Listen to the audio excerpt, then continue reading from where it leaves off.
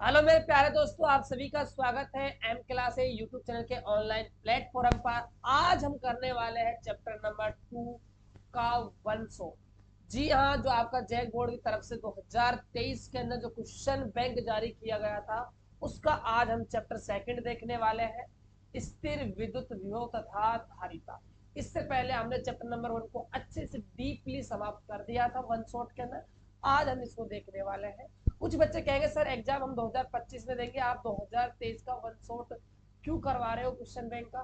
तो मेरे भाई ध्यान से सुन लेना, 2023 का जो क्वेश्चन बैंक है वो मोस्ट इंपोर्टेंट क्वेश्चन बैंक है आपके बोर्ड एग्जाम 2025 के लिए भी। क्योंकि आप सभी ने देखा हो 2024 का पेपर देख लो उठाकर, और अब जो हमारा अभी जो जस्ट हमारा हाफ ईयरली एग्जाम हुआ था, और हाफ ईयरली एग्जाम का पेपर उठाकर देख लो, तो आपको मैक्सिमम 85% आपको क्वेश्चन 2024 के जो एनुअल एग्जाम में आए थे वो आपको क्वेश्चन बैंक से मिलेंगे। और साथ ही साथ हाफ ईयरली एग्जाम में लगभग सारा पेपर ही भाई क्वेश्चन बैंक से पूछा गया है। और बात की जाए लॉन्ग क्वेश्चन की, लॉन्ग क्वेश्चन तो भाई एक भी बाहर नहीं जाता है क्वेश्चन बैंक के अंदर से। तो इसीलिए भाई क्वेश्चन बैंक करना मोस्ट इंपोर्टेंट हो जाता है। हमारा वन शॉट कराने का मकसद इतना सा है कि आपको आंसर को रटना नहीं है, क्योंकि जो चीज हम रट कर चलते हैं वो कुछ समय बाद हम भूल जाते हैं। इसीलिए आपको हर एक चीज को अच्छे से भाई समझना है, और हम आपको कंसेप्ट के साथ वन शॉट के अंदर चैप्टर नंबर 2 को करवाने वाले हैं। तो आप सभी एक बार वीडियो को भाई लाइक कर दीजिए। आप वीडियो को लाइक नहीं करते हो, ये तो आपकी भाई गलत बात है, क्योंकि आप सभी की इतनी मेहनत की जा रही है तो आपका सपोर्ट भी भाई जरूरी है। तो वीडियो को शेयर भी अपने दोस्तों के पास जरूर कर देना। देखिए, तो स्टार्ट करते हैं आज के सेशन को। सबसे पहला क्वेश्चन क्या है आपकी स्क्रीन के सामने, पूछ रहा है कि वह प्रक्रिया जिसमें एक क्षेत्र को किसी विद्युत क्षेत्र से मुक्त किया जाता है खालिस्तान के रूप में जाना जाता है। काफी अच्छा क्वेश्चन है। देखिए, आपके पास एक विद्युत क्षेत्र है, ठीक है, और फिर आपके पास एक दूसरा विद्युत क्षेत्र है। इसको क्या करना है भाई, मुक्त करना है। मुक्त करने का मतलब है इन दोनों को अलग करना है, राइट। इन दोनों को अलग करने के लिए हम क्या कर सकते हैं भाई, दो विद्युत क्षेत्र है, मानो चलिए दो भाई है, ये दो भाई है। इन दोनों भाइयों में क्या है भाई, झगड़ा हो रहा है। क्या हो रहा है, झगड़ा हो रहा है, लड़ाई हो रही है, ठीक है। अब इनकी लड़ाई को बंद करना है, ठीक है। अब लड़ाई करने का कुछ ना कुछ उद्देश्य तो होगा भाई। हो सकता है ये पैसों पे लड़ रहे हो सकता है ये जमीन पर लड़ रहे हो, ठीक है, मान चलिए जमीन पर लड़ रहे हैं, ठीक है।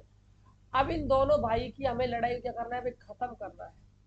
जमीन पर विवाद चल रहा है, तो लड़ाई को हम कैसे खत्म कर सकते हैं भाई, दोनों में हम बराबर बराबर क्या है जमीन बांट देंगे, और इन दोनों भाई में क्या है लड़ाई बंद हो जाएगी, और दोनों भाई क्या हो जाएंगे, अलग अलग हो जाएंगे।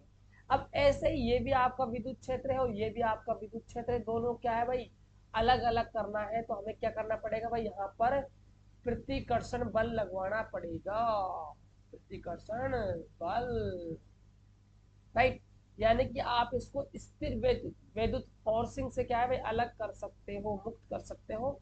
ऑप्शन नंबर हमारा ए हो जाएगा बिल्कुल सही जवाब। चलिए, क्वेश्चन नंबर सेकंड आज की क्लास का सबसे बेहतरीन क्वेश्चनों में से एक क्वेश्चन मान सकते हो, इस पर लगा लीजिएगा भाई आप मोस्ट इंपोर्टेंट, क्योंकि इस टाइप का भाई क्वेश्चन आपके एग्जाम में 101% भाई पूछा जाएगा। ये आपका मोस्ट इंपोर्टेंट क्वेश्चन है। क्वेश्चन में क्या पूछ रहा है देखिएगा, क्षमता सी के तीन संधारित्र, ठीक है भाई। पहला संधारित्र धारिता C1, ये भी सी है। दूसरा संधारित्र धारिता C2 मान लीजिए, ये भी सी है। और तीसरा संधारित्र को C3 मान लीजिए धारिता में, इसकी धारिता भी क्या है, सी है, राइट। भाई श्रेणी क्रम श्रृंखला में कनेक्शन में क्या है, जोड़े जाते हैं। समकक्षी धारिता बतानी, समकक्ष का मतलब है कुल धारिता आपको बतानी है। तो श्रेणी क्रम संयोजन में धारिता फॉर्मूला होता है 1/CS बराबर 1/C1 plus 1/C2 plus 1/C3। 1/CS बराबर में 1/C plus 1/C plus 1/C। यहाँ से एलसीएम आ गया सी, 1 1 1 जुड़ेगा तो आपका 3। आपको यहाँ से क्या निकालना है, CS। ये क्या हो जाएगा भाई, C/3 आपका 3 हो जाएगा। C/3 आपकी धारिता आ जाएगी। यानी कि आपका ऑप्शन नंबर जो सी है वो आपका बिल्कुल करेक्ट आंसर हो जाएगा। चलिए, बात करते हैं क्वेश्चन नंबर हम थर्ड की। देखिएगा ध्यान से, यदि किसी खोखले गोले चालक को, क्या है भाई, खोखला गोले चालक है, खोखला है, ठीक है, और क्या है, गोलीय चालक है। चालक को हम क्या कर रहे हैं, धनावेशित किया जाता है। और हम सभी ने पढ़ा है कि जो चालक होता है उसमें जब हम आवेश देते हैं तो जो आवेश है वो चालक की क्या है भाई, सतह पर क्या है भाई, फैल जाता है। तो यहाँ पर पॉजिटिव चार्ज फैल गया, तो उसके भीतर विद्युत विभव क्या होगा, भीतर भाई आपको विद्युत विभव बताना है। देखिएगा ध्यान से, देखिए जो विभव का फॉर्मूला होता है वो V बराबर होता है KQ/R। अब आप देखोगे अंदर कोई भी चार्ज नहीं होगा भाई, क्योंकि चालक के अंदर आवेश कहाँ फैलता है, सतह पर, तो आवेश का मान 0 है। तो यहाँ से आपका जो विभव है वो क्या निकल कर आएगा भाई, 0। हालांकि ऑप्शन में 0 दिया हुआ है, ऑप्शन आपका ए भी करेक्ट माना जा सकता है, लेकिन यहाँ पर आपका जो बी ऑप्शन उसको थोड़ा ध्यान से देखिए, कह रहा है धनावेश और एक समान। देखिए आप जो अंदर है ना गोला, गोले के अंदर कोई भी बिंदु ले लीजिए, कोई सा भी आप बिंदु मान लीजिए, हर एक बिंदु पर वोल्टेज का मान भाई 0 ही आएगा, हर एक बिंदु पर। यानी कि अंदर वोल्टेज का मान क्या है भाई, कांस्टेंट रहता है, नियत रहता है, यानी कि एक समान रहता है, राइट, एक समान रहता है। और एक समान रहेगा यानी कि आपका ये ऑप्शन नंबर बी भी बन सकता है, एक समान यहाँ पर आ रहा है। अब चार्ज कैसा है आपका भाई, पॉजिटिव। अब यहाँ पर जो वोल्टेज 0 आ रहा है उसको आप क्या तो पॉजिटिव मानोगे, क्या उसको आप नेगेटिव मानोगे, तो उसको हम यहाँ पर प्लस चार्ज, तो हम यहाँ पर पॉजिटिव मान सकते हैं, पॉजिटिव चार्ज है भाई, ठीक है। तो यहाँ पर धनावेश और एक समान, जैसा कि आपके भाई क्वेश्चन बैंक के अंदर ऑप्शन नंबर बी को दिया हुआ है, ये ऑप्शन भी सही है। यदि मान के चलिए आप एग्जाम में ऑप्शन नंबर ए को कर आते हो तो क्या सर हमारा आंसर सही माना जाएगा, बिल्कुल आपका आंसर भाई सही माना जाएगा, आपको उसका भाई टेंशन नहीं लेना है, ठीक है। चलिए, मैंने आपको चीजों को अच्छे से एक्सप्लेन कर दिया है, आई होप कि आपको अच्छे से समझ में आ गया होगा। लीजिए, ये क्वेश्चन भी अपने आप में मोस्ट इंपोर्टेंट है। जो क्वेश्चन में मोस्ट इंपोर्टेंट लगा रहा हूं समझ जाइए 2025 के एग्जाम के लिए काफी ज्यादा महत्वपूर्ण है। चलिए, स्थिर विद्युत विभव का सूत्र पूछा जा रहा है, विभव का फॉर्मूला पूछा जाता है। तो विभव का सूत्र है V बराबर में W/Q। देखिए यहाँ पर जो फॉर्मूला आपको दिया हुआ है वो हिंदी में दिया हुआ है, ठीक है। तो W का मतलब है कार्य, वर्क, Q का मतलब है चार्ज यानी कि आवेश, चार्ज कह दीजिए इंग्लिश में, कोई दिक्कत नहीं है। तो कार्य बटा में चार्ज आपका होगा, यानी कि आपका ऑप्शन नंबर बी बिल्कुल सही जवाब चला जाएगा। चलिए, क्वेश्चन नंबर बात करते हैं हम 5 की। सॉरी बच्चों, देखिएगा, एक विद्युत क्षेत्र में एक बंद परिपथ पर इकाई धनात्मक आवेश को स्थानांतरित करने में किया गया कार्य आपको भाई बताना है। देखिए, एक क्या है आपका बंद परिपथ है विद्युत क्षेत्र का, ठीक है। अब ये बंद परिपथ है विद्युत क्षेत्र का, तो इसके प्रत्येक बिंदु पर विभव का मान क्या होगा भाई, समान होगा। हर एक बिंदु पर क्या होगा भाई, वोल्टेज क्या है भाई, समान होगा हर एक बिंदु पर। ये मान लीजिए ए बिंदु है, ये बी बिंदु है, सी, डी, ई और एफ, हर एक पॉइंट पर विभव क्या होगा भाई, समान होगा, राइट। विभव का मान क्या होगा भाई, समान होगा। अब देखिएगा ध्यान से, हम क्या कर रहे हैं, मान के चलिए यहाँ ए बिंदु पर कोई क्यों आवेश है, उसको मैं लेकर जाना चाहता हूँ बी बिंदु पर, ठीक है। तो हमने पढ़ा है कि जो हमारा V बराबर फॉर्मूला होता है W/Q होता है। यहां से हम कार्य का फॉर्मूला निकाले तो W बराबर आ जाएगा V गुणा में Q। अब देखिए, ए बिंदु का वोल्टेज है VA, बी बिंदु का वोल्टेज है VB। यहां से हम V निकालना चाहे तो हम VB में से माइनस कर देंगे VA। और आप सभी को पता है ये समविभव प्रश्न बन गया है, इसके प्रत्येक बिंदु पर विभव का मान समान है, ठीक है। और कितना है भाई, KQ/R है।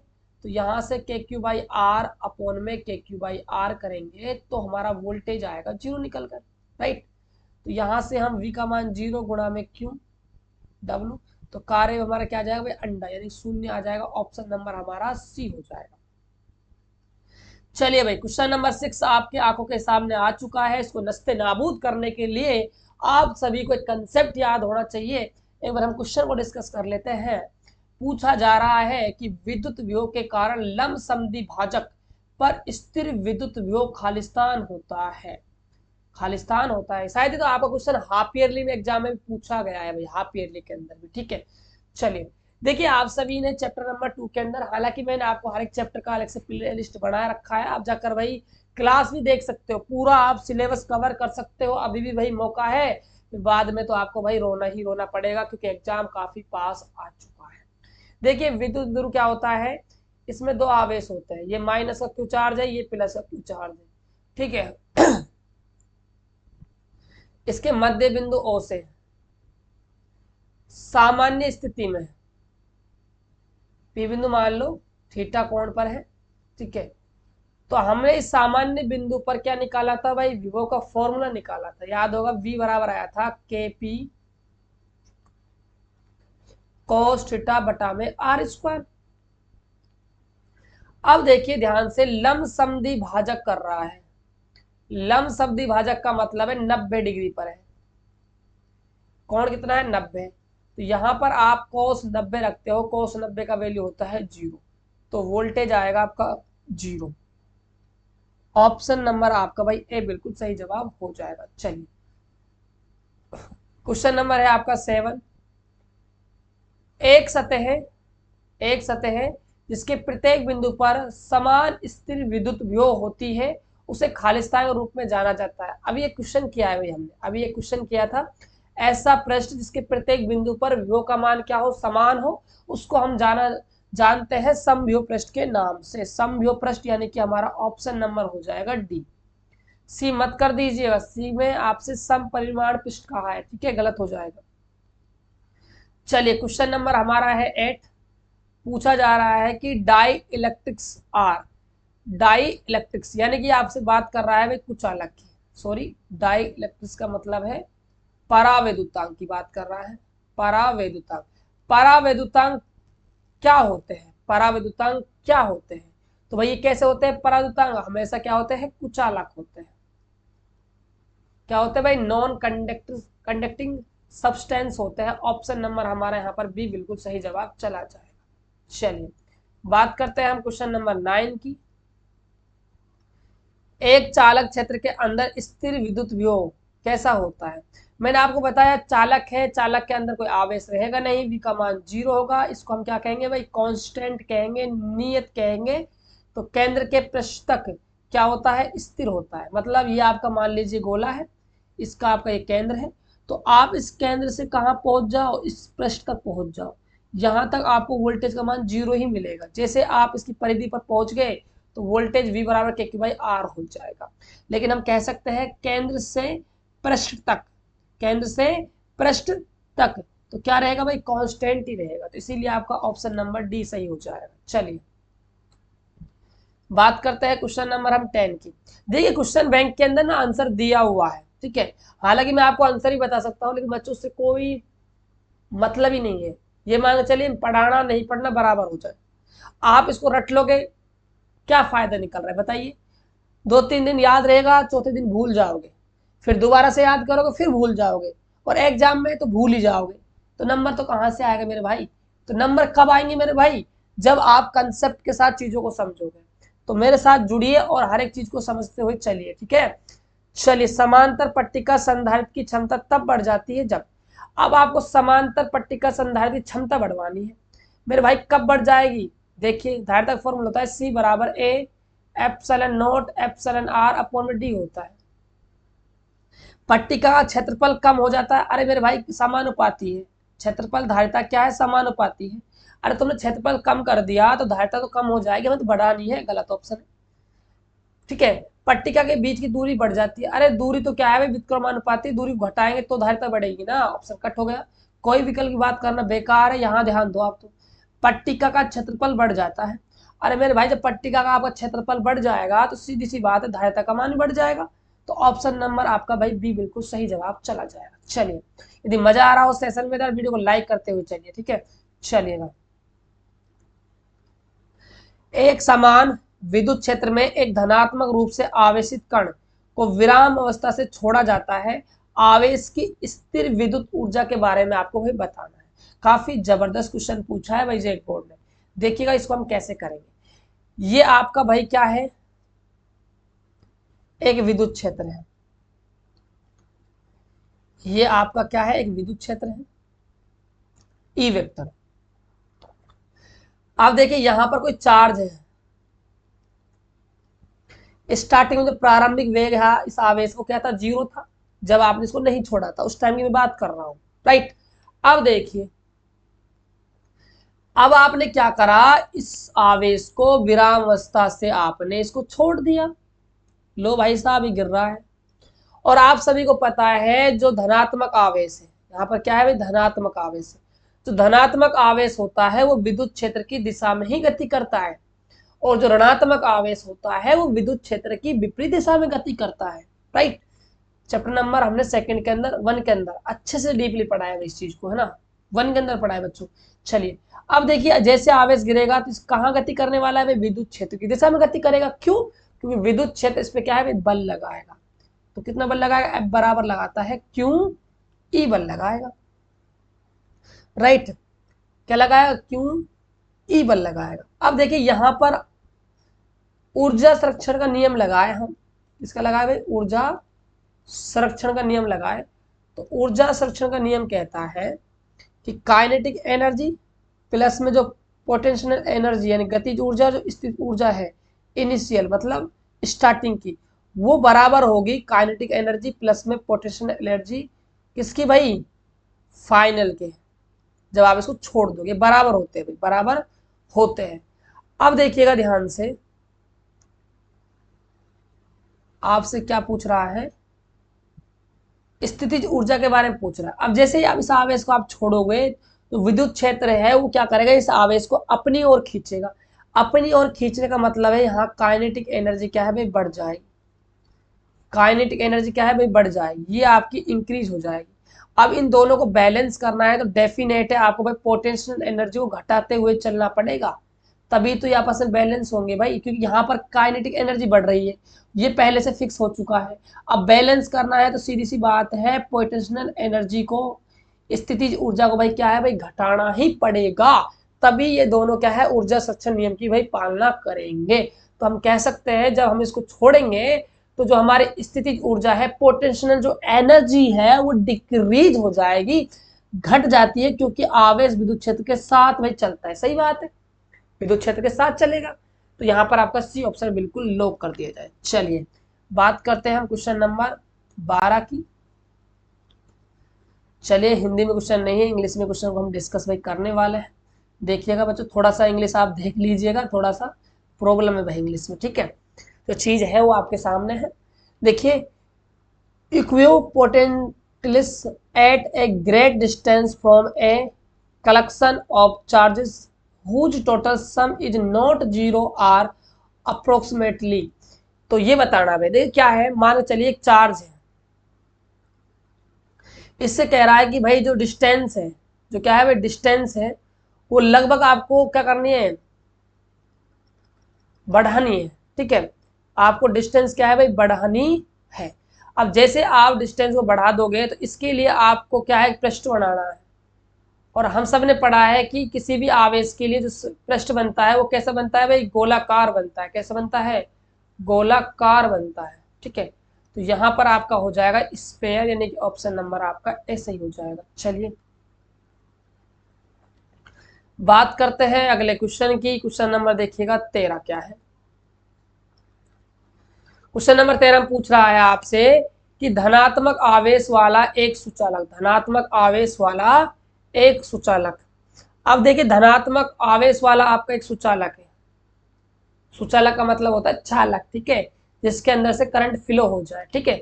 अब ये धनात्मक आवेश वाला चालक है, तो इसका जो वोल्टेज होगा भाई वो भी तो पॉजिटिव होगा ना मेरे भाई, क्योंकि V बराबर होता है फॉर्मूला के Q बाई R। जब आपका Q पॉजिटिव है तो सीधी सी बात है आपका वोल्टेज भी क्या रहेगा भाई, पॉजिटिव ही रहेगा। तो हम कह सकते हैं हमेशा धनात्मक विद्युत विभव पर होता है, ऑप्शन नंबर ए होगा। यहाँ पर ऑप्शन आपका डी दिया हुआ है जो बिल्कुल ही रॉन्ग ऑप्शन है, इसको आप सही कर लीजिएगा, ए ऑप्शन इसके अंदर होगा भाई। चलिए चलिए क्वेश्चन नंबर हम डिस्कस करते हैं। क्वेश्चन नंबर हम 14 को पूछ रहा है आपसे कि which of the flowing option is a correct in a region of constant potential, यानी कि निम्नलिखित में से कौन सा विकल्प सही है एक समान विद्युत विभव के क्षेत्र में। अब आपका जो विद्युत विभव है वो क्या है भाई, कांस्टेंट है। एक समान का मतलब है कांस्टेंट है। अब आपसे पूछा जा रहा है कौन सा ऑप्शन सही होगा। विद्युत क्षेत्र एक समान होगा, विद्युत क्षेत्र शून्य होगा, विद्युत क्षेत्र के अंदर आवेश हो सकता है, यदि आवेश क्षेत्र के बाहर रखा जाता है तो विद्युत क्षेत्र आवश्यक रूप से बदल जाता है। देखिए भाई, हमने V और E में संबंध पढ़ा है, V बराबर होता है E डॉट में D। जब आपका V कांस्टेंट है मेरे भाई और V के समानुपाती है आपका E, तो हम यहां से कह सकते हैं कि जो हमारा E है वो भी क्या होगा, कांस्टेंट होगा, स्थिर होगा। तो यहां भी ऑप्शन नंबर बी नहीं आएगा, यहां ऑप्शन नंबर ए आएगा।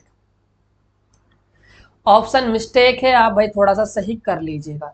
चलिए भाई क्वेश्चन नंबर है 15, इसका आप जवाब फटाफट आप कमेंट बॉक्स में दीजिए। इसका आप जवाब दीजिए कमेंट बॉक्स में, जल्दी दीजिए। इसका आंसर आप क्या निकाल कर आओगे क्वेश्चन नंबर 15 का।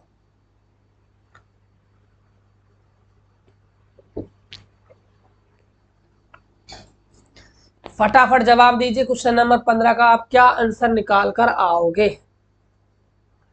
देखिएगा ध्यान से, धारिता C और विद्युत विभव V की 64 बूंदों को मिलाकर एक बड़ी बूंद बनाई जाती है। भाई छोटी छोटी छोटी छोटी क्या है, बूंद है। ठीक है, यहां इन पर आवेश में मान के चल रहा हूं Q है और N है बूंदों की संख्या, वो कितनी है भाई, 64 है। अब इन सभी छोटी बूंदों को मिलाकर हमने क्या, एक बड़ी बूंद का निर्माण कर दिया। ठीक है, अब वो कह रहा है छोटी बूंद पर आवेश क्या है, Q पहले से हमने मान लिया है, तो बड़ी बूंद पर आवेश आपको बताना है। तो बड़ी बूंद का हम आवेश मान लेते हैं Q। देखिए यहां पर आवेश संरक्षण नियम की पालना होगी, क्योंकि पहले का जितना आवेश है उतने आवेश अब रहने वाला है। ठीक है, तो यहाँ पर आवेश संरक्षण की पालना होगी, तो हम यूज कर सकते हैं क्वांटीकरण का नियम, Q बराबर NE। कैपिटल Q है बड़ी बूंद का चार्ज, और यहाँ पर Q बराबर NE, NE है आवेश, तो यहाँ पर हम स्मॉल q यूज कर लेंगे, क्योंकि यहाँ पर जो बूंदों का आवेश है वो E ना होकर क्या है भाई, Q है। अब N है बूंदों की संख्या, तो 64 से हम इसको क्या है भाई, गुणा कर देंगे, तो बड़ी बूंद पर चार्ज कितना हो जाएगा पहले की तुलना में, सॉरी बड़ी बूंद पर चार्ज आएगा वो 64 क्यों आने वाला है। तो आपका ऑप्शन आ जाएगा डी ऑप्शन, आपका बिल्कुल सही हो जाएगा। चलिए बात करते हैं हम क्वेश्चन नंबर 16 की। चलिए इंग्लिश में डिस्कस करना पड़ेगा भाई। दिया हुआ है आपको कि इन a region of constant potential, आपसे ये पूछा जा रहा है कि भाई कौन से रीजन के अंदर विद्युत क्षेत्र, सॉरी विद्युत विभव जो है वो कांस्टेंट होगा। कौन से क्षेत्र के अंदर क्या है भाई, कांस्टेंट होगा विद्युत विभव, ये आपको भाई बताना है। तो जवाब दीजिए कौन से क्षेत्र के अंदर होगा। देखिए यदि आपका E का मान कांस्टेंट है, यदि आपका विद्युत क्षेत्र क्या है भाई, कांस्टेंट है, तो आपका E का मान कांस्टेंट है, तो आपका V का मान भी क्या हो जाएगा भाई, कांस्टेंट हो जाएगा। ये फिक्स बात है, राइट, क्योंकि एक दूसरे क्या है भाई, ये समानुपाती होते हैं। ठीक है, या फिर हम ऐसा भी कह सकते हैं कि उस क्षेत्र के अंदर कोई चार्ज ही ना हो, नो चार्ज, कोई चार्ज ना हो। जब मेरे भाई कोई चार्ज ही नहीं होगा तो सीधी सी बात है E का मान तो 0 आएगा, और जब E मान 0 है इसको हम क्या कहते हैं भाई, कांस्टेंट कहते हैं।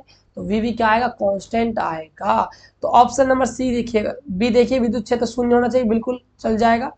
क्षेत्र के अंदर कोई आवेश नहीं हो सकता, ये भी चलेगा। तो ऑप्शन नंबर डी आपका भाई सही हो जाएगा, दोनों बी और सी ऑप्शन आपका करेक्ट आंसर होगा। चलिए बात करते हैं हम क्वेश्चन नंबर 17 की। भाई 17 पे है खतरा, और खतरे को हम खत्म करते हुए चलते जा रहे हैं। मोस्ट इंपोर्टेंट क्वेश्चन है, dielectric constant for a metal is, metal के लिए आपको डाई इलेक्ट्रिक कांस्टेंट बताना है, यानी कि धातु के लिए आपको भाई परावैद्युतांक बताना है। तो मेरे भाई ध्यान रखना हमेशा जीवन में, धातु का जब परावैद्युतांक होता है वो इनफाइनाइट होता है, अनंत होता है, ऑप्शन नंबर बी आपका सही हो जाएगा। यदि यहाँ पर पानी दे दे तो पानी के लिए 80 या फिर 81 करके आ जाना, राइट। चलिए, कभी कभी पूछ लेता है। क्वेश्चन नंबर हम बात करते हैं 18 की। समांतर पट्टिका संधारित्र की पट्टिकाओं के बीच को पाराविद्युतांक से भर दिया जाता है तो निम्नलिखित में से कौन सी मात्रा नहीं बदलेगी। पाराविद्युतांक डाल दिया। देखिए, ये संधारित्र की प्लेटें हैं, इनके बीच आपने क्या है भाई पाराविद्युतांक भर दिया, तो कौन सी मात्रा नहीं बदलेगी ये आपसे पूछा जा रहा है। अब देखिएगा ध्यान से, जब भी हम समांतर पट्टिका संधारित्र के अंदर परावर्तनांक डाल देते हैं तो धारिता जो आती है निकलकर वो हमारी आती है C बराबर में A epsilon naught epsilon R upon में D हमारा फॉर्मूला आता है। तो संधारित्र की पट्टिकाओं के बीच विद्युत क्षेत्र इस पर डिपेंड भाई करती है, इस पर करती है, ठीक है। ऊर्जा पे करने वाली ऊर्जा, ठीक है, प्लेटों के बीच संभावित विद्युत विभव पर करेगी क्योंकि जब तीव्रता पे कर रही है तो। लेकिन जो आवेश है, देखो आवेश कहीं ना फॉर्मूले में यूज नहीं हुआ, आवेश कहीं पर भी फॉर्मूले में यूज नहीं हुआ है, तो ये आवेश पर भाई नहीं करती है, राइट। चलिए, अगला क्वेश्चन है कि समांतर पट्टिका की धारिता किस पर निर्भर करती है। अब निर्भर किस पे करती है ये पूछा जा रहा है। तो धारिता का फॉर्मूला है C बराबर A epsilon naught epsilon R upon D। इन चारों पर भाई निर्भर करती है, ठीक है। यहाँ पर हम 3 कह सकते हैं। ये तो क्षेत्रफल हो गया, ये माध्यम हो गया, ये हमारा क्या हो गया भाई दूरी हो गई। पट्टिका की मोटाई, यहाँ पर मोटाई का कोई मतलब ही नहीं रहा है ना, मोटाई पर नहीं करेगा, पट्टिका का द्रव्यमान पे नहीं करेगा, पट्टिका के घनत्व पे नहीं करेगा, पट्टिका का क्षेत्रफल, जी हाँ, ए पर डिपेंड होता है। जैसे आप क्षेत्रफल बढ़ाते हो तो धारिता बढ़ जाएगी। ऑप्शन नंबर भाई डी बिल्कुल आपका सही जवाब चला जाएगा। चलिए, क्वेश्चन नंबर हम बात कर लेते हैं 20 की। हिंदी में शायद क्वेश्चन नहीं है, इंग्लिश में ही डिस्कस करना पड़ेगा। चलिए, कोई बात नहीं। The expression between the plates of a charged parallel plate capacitor is doubled by keeping the charge constant in this case। काफी अच्छा क्वेश्चन पूछा गया है। देखिए, एक आपका पैरेलल कैपेसिटर है, ठीक है, ठीक है। अब क्या है, स्टार्टिंग में डिस्टेंस है D प्लेटों के बीच की, ठीक है। तो यहां पर बात की जाए धारिता की, तो धारिता का फॉर्मूला होता है भाई C बराबर Q अपॉन में B। तो यहां से आपका किसकी बात कर रहा है, चार्ज की पूछ रहा है, तो चार्ज का फॉर्मूला बन जाएगा Q बराबर CV, राइट। ये हमारा फॉर्मूला बन जाएगा। बात की जाए धारिता की, धारिता होती है C बराबर A एप्सिलॉन नॉट अपॉन में D, ठीक है। अब यहां ध्यान दीजिएगा, तो यहाँ Q बराबर क्या आ जाएगा, A एप्सिलॉन नॉट गुणा में B अपॉन में D, ये हमारा होने वाला है। अब देखिए, यहां पर हमने क्या किया है, डिस्टेंस को भाई डबल किया है, डिस्टेंस को क्या है हमने डबल किया है, ठीक है।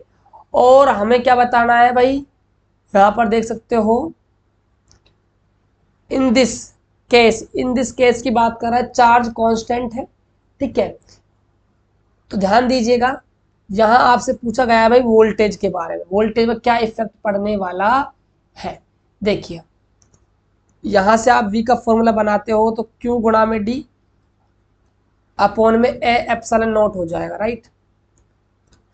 अब दूरी को आपने क्या है भाई डबल कर दिया, तो यहां पर आपकी दूरी क्या है डबल होगी, और आपको पता है V यहां पर समानुपाती है D के।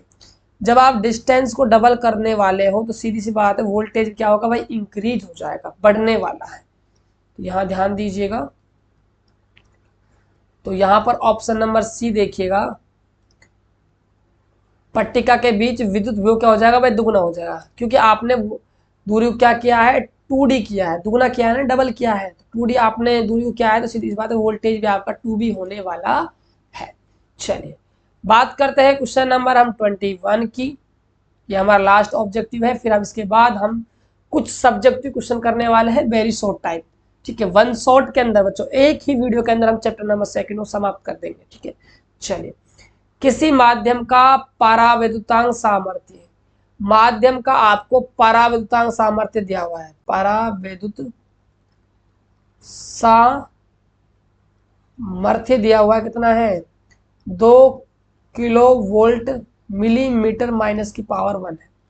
तो चेंज करेंगे इसको मीटर इनवर्स के अंदर, तो 2 गुणा किलो को चेंज करेंगे 10⁻³ से, और इसको हम करेंगे 10⁻+3 से, क्योंकि मिलीमीटर माइनस का 1 है। यदि मिलीमीटर होता 10⁻³ से गुणा करता, अब ये इनवर्स में दिया हुआ है तो प्लस से गुणा करना पड़ेगा, राइट, मीटर इनवर्स हो जाएगा। ठीक है, यहाँ से 2 गुणा 10⁻6 मीटर इनवर्स हो जाएगा। वैद्युत विभव अंतर क्या होगा जब बिना परावैद्युतांक को भंजन किए 50 माइक्रोमीटर नमूने में स्थापित किया जाता है। ये डिस्टेंस दी गई है, कितना स्थापित किया जाता है, तो दूरी दी हुई है आपको 50 माइक्रोमीटर। माइक्रो को चेंज करेंगे तो 10⁻6 से मल्टीप्लाई कर देंगे, ये आपको चेंज हो जाएगा भाई मीटर के अंदर, राइट। अब देखिएगा ध्यान से, अब आपको यहाँ पर क्या है भाई, वोल्टेज निकालना है, अधिकतम विभव निकालना है, तो V मैक्सिमम निकालना है, तो सूत्र होता है परावैद्युतांक सामर्थ्य को मल्टीप्लाई कर देते हैं हम डिस्टेंस से, तो 2 गुणा 10⁻6 गुणा में 50 गुणा में 10⁻6 प्लस माइनस कैंसिल आउट, 50 को आप 2 से मल्टीप्लाई करोगे तो आपका 100 वोल्ट निकल कर आ जाएगा, यानी कि आपका ऑप्शन नंबर बी बिल्कुल सही जवाब चला जाएगा।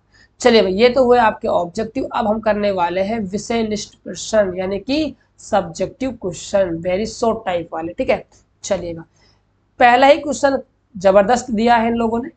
एक क्या है भाई, 500 माइक्रोकुलाम आवेश 10 सेंटीमीटर भुजा वाले एक वर्ग के केंद्र पर रखा गया है। एक क्या है भाई, वर्ग है आपका, इसके केंद्र पर कितना 500 सॉरी माइक्रोकुलाम का आवेश रखा गया है। वर्ग पर 2 विकर्ण विकर्ण होंगे भाई वर्ग पे, ठीक है, ये एक विकर्ण है, ये एक विकर्ण है, ये आपका ए बी विकर्ण है, इसको आप मान लीजिए सी डी विकर्ण है। 2 विकर्ण तिरछे विपरीत बिंदुओं के बीच 10 माइक्रोकुलाम के आवेश को ले जाने में किया गया कार्य आपको निकाल। बिल्कुल सिंपल सा क्वेश्चन है मेरे भाई। देखिए, जो आपका 500 माइक्रोकुलाम का आवेश है वो बिंदु बी पर भी वोल्टेज उत्पन्न करेगा वीवी, और बिंदु सी पर करेगा वीसी, डी पर करेगा वीडी, और ए पर करेगा वी। अब आप सभी को पता है ये सारे के सारे वर्ग है, तो यहाँ से यहाँ तक जो डिस्टेंस है वो क्या होगी भाई, बराबर होगी, और डिस्टेंस बराबर होगी तो सीधी सी बात है वो भी क्या होगा भाई, बराबर होगा। इसका वोल्टेज, इसका वोल्टेज, इसका वोल्टेज, इसका वोल्टेज क्या है भाई, बराबर है। अब इनका वोल्टेज बराबर है तो ये तो क्या बन गया, एक पूरा आपका एक समविभव पृष्ठ तैयार हो गया, हाँ या ना भाई, विभव समान हो गया ना, समविभव पृष्ठ बन गया। अब ये समविभव पृष्ठ बन गया तो प्रत्येक बिंदु पर विभव का मान क्या है भाई, समान हो गया। अब समान हो गया तो आप आवेश को, कितना ही बड़ा आपका आवेश हो, एक बिंदु से आप दूसरे बिंदु पर ले जाओगे तो जो किया गया कार्य हमेशा क्या होता है भाई, 0 होता है। ठीक है, तो यहाँ पर देखो, वर्ग पर 2 तिरछे विपरीत बिंदुओं के बीच 10 माइक्रोकुलाम आवेश को ले जाने में किया गया कार्य 0 होगा, क्योंकि ये दोनों बिंदु समविभव पृष्ठ पर होंगे। चलिए बात करते हैं क्वेश्चन नंबर हम सेकंड की। क्वेश्चन नंबर सेकंड में पूछा जा रहा है, किसी बाह्य विद्युत क्षेत्र में आर दूरी पर क्यू की स्थितिज ऊर्जा को शब्दों में परिभाषित कीजिए।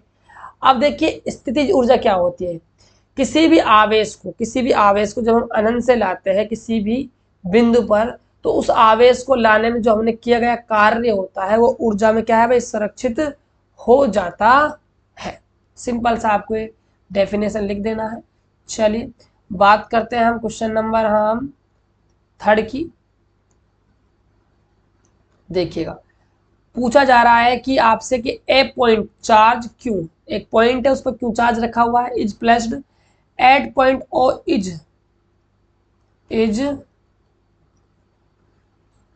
सो इन द फिगर। आप देख सकते हो चित्र में इसको भाई दर्शाया गया है।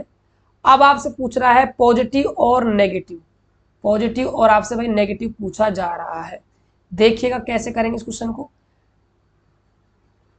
देखिए, पॉजिटिव और आपसे नेगेटिव पूछा जा रहा है, ठीक है। ए बिंदु पर बात करते हैं, इसको हमें ए बिंदु पर क्या है भाई, प्लेस करना है। देखिए, तो यहां पर जब आप पहले इस आवेश को कहां लेकर जाओगे, बी पर, तो Q आवेश की वजह से B पर क्या है भाई, वोल्टेज उत्पन्न होगा VV, और Q आवेश की वजह से A पर क्या वोल्टेज उत्पन्न होगा, VA होगा। अब देखिए यहाँ पर हम विभवांतर निकालें तो VA माइनस का क्या कर देंगे, VB कर देंगे, ठीक है। तो यहाँ से फॉर्मूला आ जाएगा KQ अपॉन में R। तो यहाँ से यहाँ तक डिस्टेंस कितनी है, OA माइनस KQ अपॉन में R, O से B तक की दूरी है OB। K का मान हम 1/4 एप्सिलॉन रख सकते हैं, रखना चाहो तो उसका कोई बड़ा इशू नहीं है। यहाँ से K आपका कॉमन आ जाएगा और आपका भाई Q भी कॉमन आ जाएगा, KQ आपका भाई कॉमन आ जाएगा, या 1/OA माइनस का 1/OB बचने वाला है। अब बात करते हैं हम पॉजिटिव की, और यहाँ पर हम नेगेटिव, ये चीज समझने वाली है, पॉजिटिव और नेगेटिव। अब देखिएगा ध्यान से, देखिए यदि आपका जो चार्ज है Q, यदि आपका जो चार्ज है Q ये आपका पॉजिटिव होगा, ये आपका क्या होगा, पॉजिटिव होगा, तो आपको विभवांतर कैसा मिलेगा, और यदि नेगेटिव होगा तो आपको भाई विभवांतर कैसा मिलेगा। देखिए यहाँ से एक चीज तो बिल्कुल क्लियर है कि OB और OA दूरी में से आपकी जो OA दूरी है वो बड़ी है किससे, OB दूरी से। ये आपका बड़ा मान है और ये आपका भाई छोटा मान है। यहां से आप एलसीएम लेते हो, ठीक है, तो बड़ा इधर क्रॉस मल्टीप्लाई होगा, छोटा इधर आएगा, मतलब ये आपको जो ब्रैकेट है नेगेटिव मान देने वाला है, ये फिक्स चीज है। अब यदि आपने Q का मान नेगेटिव ले लिया तो ये गुणा होगा इससे, तो ये आपको क्या देगा, पॉजिटिव देगा। यदि आपने Q का मान पॉजिटिव ले लिया, नेगेटिव से गुणा होगा तो ये आपको क्या देगा भाई, नेगेटिव देगा। जब आपका Q चार्ज नेगेटिव है तो आपका विभवांतर पॉजिटिव आएगा, और जब आपका Q चार्ज पॉजिटिव है तो आपका नेगेटिव, और नेगेटिव है तो पॉजिटिव आएगा। ऐसे इस चीज को आपको भाई क्लियर लिखकर आना था। चलिए बात करते हैं अगले क्वेश्चन की। अगला क्वेश्चन देखिएगा, चलो ये तो हो ही चुका है। हाँ जी, पूछा जा रहा है कि सुचालक कंडक्टर के पूरे आयतन में स्थिर विद्युत विभव एक समान रूप से क्यों होता है। रीजन क्या है भाई, वहां पर विद्युत क्षेत्र का मान क्या होता है, 0 होता है, जिससे हमारा डीवी क्या होता है भाई, कांस्टेंट होता है, ठीक है। बिल्कुल इजी आपका क्वेश्चन है। चलिए हम बात कर लेते हैं क्वेश्चन नंबर 5 की। पारदुतांक और सुचालक को अंतर लिखने हैं, आप भाई अंतर लिखकर आ सकते हो। यहाँ पर आपको क्या है क्वेश्चन नंबर 6 के अंदर 2 माइक्रोकुलाम और -2 माइक्रोकुलाम बिंदुओं ए और बी पर 5 सेंटीमीटर दूरी पर रखे गए हैं। सिस्टम की एक समव्यूह संरचना आपको भाई इंगित करनी है। देखिए ये प्लस चार्ज है, तो प्लस जो चार्ज होता है, जो प्लस जो चार्ज होता है उससे क्या है भाई, विद्युत क्षेत्र रेखाएं बाहर निकलती है, उससे विद्युत क्षेत्र रेखाएं बाहर निकलती है, और माइनस में क्या है, प्रवेश करती है। अब आप इसको डायग्राम में कैसे शो करोगे, तो इसको आप भाई गोल गोल शो कर सकते हो, और माइनस में भी आप इसको क्या है, गोल गोल शो कर दोगे ऐसे चक्र टाइप में। लेकिन यहाँ आपको एक बात ध्यान रखनी, प्लस से निकलता है तो यहाँ पर आप निकलते हुए एरो लगाओगे, इसमें प्रवेश करता है तो प्रवेश करते हुए आप इसमें एरो लगा दोगे। तो ऐसे आपको भैया डायग्राम इसका बना देना है। चलिए सिंपल है बिल्कुल। क्वेश्चन नंबर 7 है, त्रिज्या R के एक वृत्ताकार चाप के चारों ओर एक बिंदु आवेश को स्थानांतरित करने में कितना कार्य होता है जिसका केंद्र पर एक और बिंदु आवेश स्थित हो। आप सभी को पता है R त्रिज्या का आपने चाप बनाया है, एक बिंदु आवेश के कारण यहाँ पर विद्युत क्षेत्र उत्पन्न हुआ, और ये कैसा पृष्ठ बन गया, समव्यूह पृष्ठ बन गया, और समव्यूह पृष्ठ पर किया गया कार्य क्या है भाई, शून्य होता है। तो इसका आंसर आएगा भाई 0। चलिए क्वेश्चन नंबर जो आपका 8 है, ये आपका डेरिवेशन है। चैप्टर नंबर मैंने आपको सेकंड कंप्लीट करवा रखा है, उसका जो प्ले लिस्ट का जो लिंक है बच्चों वो मैं आपको डिस्क्रिप्शन बॉक्स में दे दूंगा, और साथ के साथ हमारे एक व्हाट्सएप ग्रुप बना रखा है हमने आप लोगों के लिए, आपकी सुविधा के लिए, तो आप एक बार जाकर उस व्हाट्सएप ग्रुप को भाई जरूर ज्वाइन कर लीजिएगा। चलिए क्वेश्चन नंबर 8 भी आपका क्या है भाई, न्यूमेरिकल नहीं है, सॉरी डेरिवेशन है। और बात की जाए क्वेश्चन नंबर 9 की, तो क्वेश्चन नंबर 9 आपका भाई जो क्वेश्चन है वो भी आपका एक डेरिवेशन है, ठीक है, डेरिवेशन मैंने करवा रखी है। बात करें हम क्वेश्चन नंबर 10 की, तो भाई ये आपका एक न्यूमेरिकल, इसको मैं करवाऊंगा, ठीक है। चलिएगा देखिए दो बिंदु आवेश है Q1 और Q2, दोनों का मान दिया हुआ है, हवा में 60 सेंटीमीटर की दूरी पर अलग है, अलग अलग रखे हुए। मान चलिए ये आपका Q1 आवेश है और यहाँ आपका एक Q2 आवेश है, दोनों आवेश हवा में क्या है भाई 60 सेंटीमीटर की दूरी पर रखे हुए हैं। ठीक है, अब आपको ज्ञात करना है, ज्ञात कीजिए कि प्रथम आवेश Q1 से कितनी दूरी पर विद्युत विभव शून्य होगा, कितनी दूरी पर विद्युत विभव शून्य होगा। तो मैं मान के चलता हूं कि इस Q1 आवेश से x दूरी पर, x दूरी पर, ठीक है, x दूरी पर हमें बिंदु मान चलते हैं P है। अब इस बिंदु P पर हमें वोल्टेज क्या करना है भाई, जीरो दिखाना है।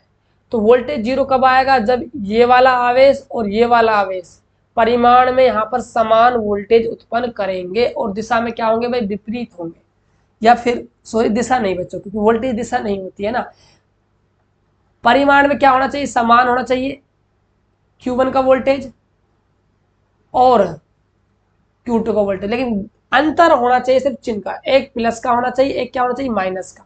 ठीक है, तो हम क्या करते हैं, Q1 आवेश के कारण यहाँ पर वोल्टेज निकालेंगे और Q2 आवेश के कारण यहाँ पर वोल्टेज निकालेंगे, दोनों वोल्टेज को हम ऐड कर देंगे, उसको हम जीरो के बराबर कर देंगे। यहाँ से यहाँ तक डिस्टेंस आपने x मानी है, तो ये आपकी हो जाएगी 60 माइनस की x, राइट। तो यहाँ पर आप देख सकते हो आपका यहाँ सॉल्यूशन किया हुआ है अच्छे से। ठीक है, देखो दोनों को बराबर कर दिया है, मैंने कहा था एक प्लस के माइनस का आएगा, बराबर करने के बाद यहाँ से आपका x का मान निकल जाएगा। ये आपका फर्स्ट क्वेश्चन बन जाएगा। बात की जाए यहाँ पर सेकंड क्वेश्चन की, तो यहाँ पर आपको निकालनी भाई स्थितिज ऊर्जा, दो आवेश दिए हुए हैं, स्थितिज ऊर्जा का फॉर्मूला है U बराबर K(Q1 Q2) बटा में R। K का मान है 9 गुणा 10 की पावर 9 होता है, Q1 है आपका 10 गुणा 10 की घात माइनस 8, Q2 है आपका माइनस का 2 गुणा 10 की घात माइनस 8, दूरी है R आपका 60 सेंटीमीटर, मीटर मत लेंगे तो 100 का क्या है भाग लगाएंगे। देखिएगा एक जीरो से आपका एक जीरो कट जाएगा। ठीक है, आपका 10 कहाँ चला जाएगा, ऊपर चला जाएगा। ठीक है, यहाँ देखो थोड़ा ध्यान से, ये आपकी प्लस की 9 है, ये माइनस की 8 है, तो यहाँ से आपका एक 10 बचेगा। ठीक है, ये 1 पावर, ये 1 पावर, एक पावर और ऊपर चले जाएगी 3 पावर, तो 3 पावर से यहाँ से आप काटोगे तो 9 गुणा 10 की घात माइनस का 5 हो जाएगा, अपोन में क्या है 6 चल रहा है। अब देखिएगा ध्यान से, 3 तिया 9, 3 दूनी 6 और 2 से आपका 2 कट जाएगा, माइनस का 3 गुणा 10 की घात माइनस 5 आपकी एनर्जी भाई निकल कर आएगी। देख सकते हो आप यहाँ पर। ठीक है, तो ऐसे आपको क्वेश्चन को भाई करना था। चलिए हो गया ये तो, चलो अब बात कर लेते हैं हम अगले क्वेश्चन की। क्वेश्चन नंबर है हमारा, देख सकते हो एनर्जी आ गई है। क्वेश्चन नंबर देखिएगा 11,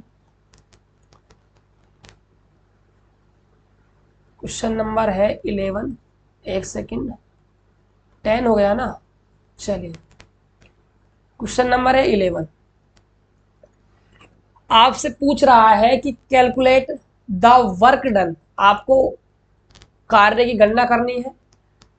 dissociate the system of 3 charge placed on the vertices of a triangle as so. एक ट्राइंगल है, उसके शीर्ष पर आपको भाई 3 आवेश दिए हुए हैं। ठीक है, 3 आवेश दिए हुए हैं और आपको इसका भाई क्या निकालना है, वर्क डन निकालना है, किया गया कार्य निकालना है।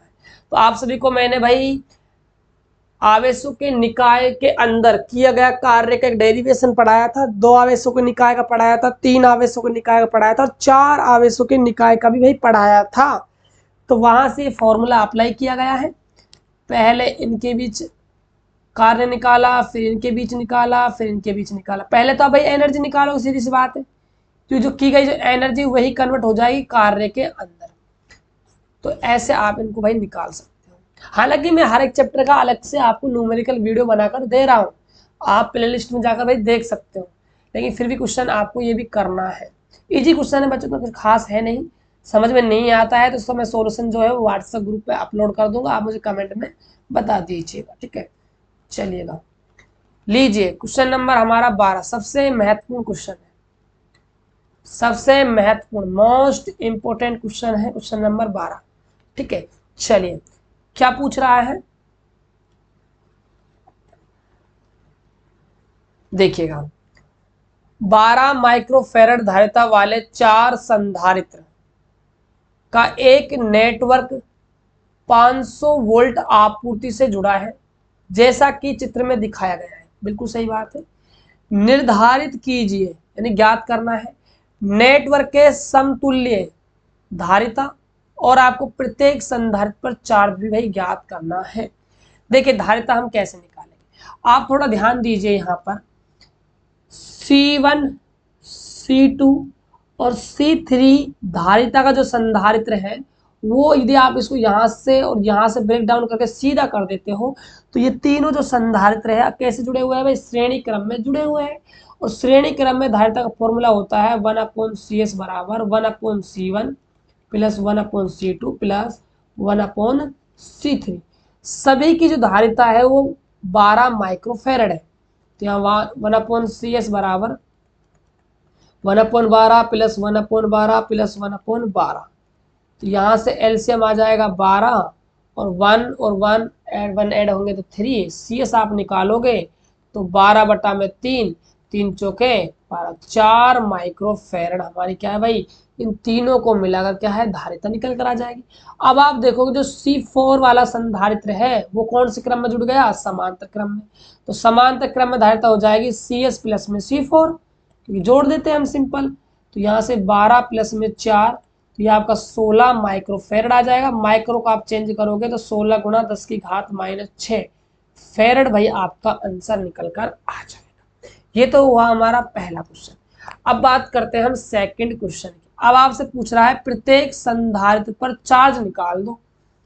ठीक है, अब देखोगे आप ध्यान से, जो ये हमारा निकल कर आया है CS, ये C1, C2 और C3 का जोड़कर, यानी कि इनकी जो तुल्य धारिता है वो निकल कर आई है। तो हमारा फॉर्मूला होता है Q बराबर में CV। तो आवेश मान लेते हैं हम Q1, धारिता CS और वोल्टेज कितना है 500। तो CS कितना है भाई 4 गुणा 10⁻⁶ और गुणा में है 500। तो 5 चौके 20, यह आ जाएगा आपका 2000 गुणा में 10⁻⁶। यहाँ से आपको मिलेगा 2 गुणा 10⁻³ गुलाम आपको आवेश मिल जाएगा। अब बात करें हम Q2 चार्ज की, कैसे निकालेंगे हम, C4 गुणा में V कर देंगे। C4 ये आपकी है 12 माइक्रोफेरेड 10⁻⁶। वोल्टेज कितना है भाई 500 है, वोल्टेज कितना है 500 है। तो 12 पंजे आपका 60, यानी कि 6000 गुणा में 10⁻⁶ हो जाएगा। यहाँ से 6 गुणा 10⁻³ गुलाम आपका भाई चार्ज निकल कर आ जाएगा। ऐसे आपको इस क्वेश्चन को भाई करना था। आगे चलते हैं। और तो आपका भाई सारा कुछ डेरिवेशन का पार्ट है, कोई ऐसा न्यूमेरिकल क्वेश्चन नहीं है जिसको मैं करवाऊं। ये तो भाई जो डेरिवेशन है, डेरिवेशन को आपको पूरा अच्छे से एक्सप्लेन करना पड़ेगा, जो आप इसमें समझ सकते हो भाई, जो लेक्चर्स हमारे चलते हैं उसके अंदर आप समझ सकते हो। ठीक है, चलिए भाई ये आपका भाई चैप्टर नंबर 2